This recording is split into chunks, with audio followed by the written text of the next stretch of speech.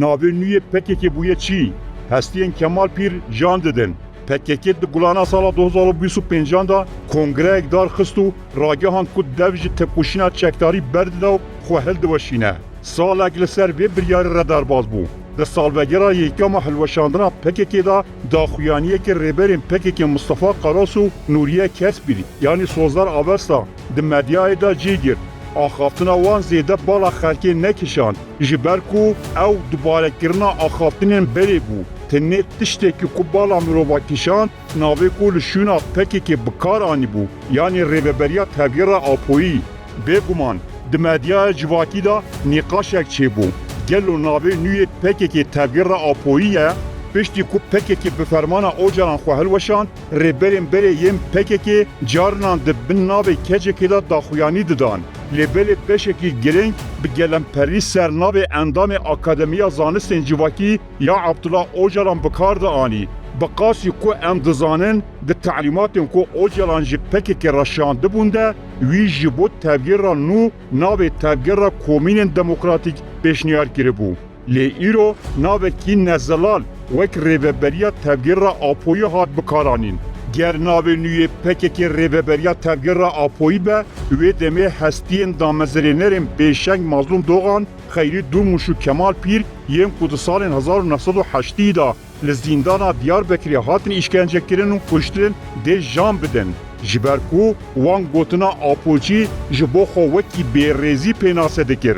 Kemal Pîr pêşengê damezrênerê PKK di sala 1981 da dema ku di girtîgehê da bû li dijî gotina dadwar a ku ji wan re digot Apoçî derket û di dadgehê da wiha got em Apoçî nînin, hinek aliyan ev nav ji bo ku me sivik bikin û reş bikin li me kirin. Pênaseya Apoçî ji bo ku me wekî dilsozên kesekê nîşa bidin hate îcat kirin.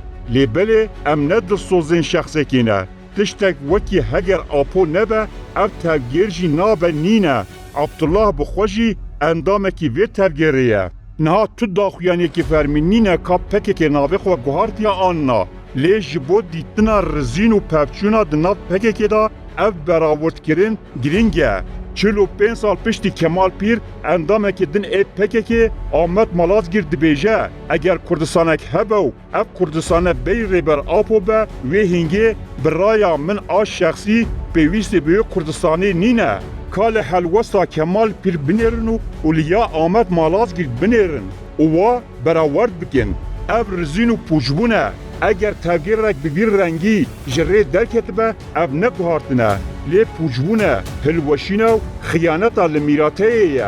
Ji ber vê yekê guharîna navê PKK ne giring e. Piştî nîvê salên 1980 PKK fêm kir ku navek û logoyek nû di navên wê da kelecan, meraq û hêviyên nû çê dike. Ji ber vê yekê her gava ku ew bi tevliheviyekê re rûbirû dimînin navê nû û logoyên nû diafirînin. Ji salên 1980 heta salên 1999 ji bo coş û xiroşa girseyê ser navê her saziyekî Kurdistan danîn. Piştî ku Ocalan dest bi jiyana İmraliyê kir, navê Kurdistan hata avêtin û peyva demokratîk li ser navê her saziyekî hate zêdekirin. Niha piştî sala 2025 êdî tiştek bi navê Kurdistanê nehiştin. Ji niha û pêve her tiştê wekî tevgera Apoyî û komînalîzm were binavkirin. Yani rovî kend bigere jî di dawiyê da vedigere dikana Kurdfiroş. PKK maskeya xwe ya Kurd û Kurdistanê avêt û vegeriya ser cewherê xwe. Êdî PKK bi xwe qebûl kiriye ku ew ne tevgêreke Kurd û Kurdistanî ye. PKK tevgêreke mirîdan e.